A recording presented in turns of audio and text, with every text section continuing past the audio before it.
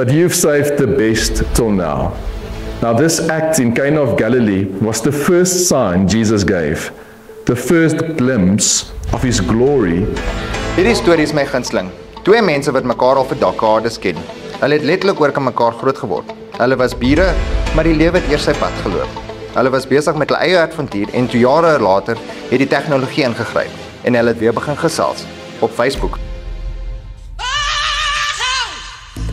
Dit is 'n pragtige herinnering dat liefde nie 'n einddatum of 'n deadline het nie. Dit kom wanneer dit gereed is en dit kom na die mense wat dit verdien. Yeah, definitely complete opposites to one another, but they just work. Sean's like a 5-year-old and Nordine keeps him alive. 50 Shades of Wolf Macy. I married my best friend today and I can't be happier.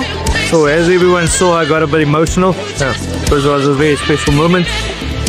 She looked absolutely beautiful, amazing. I love this woman.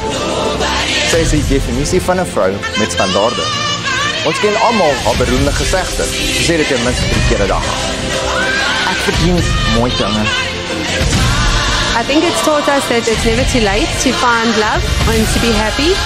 I now pronounce you Mr. and Mrs. Lombard. Sean, you may now kiss your bride.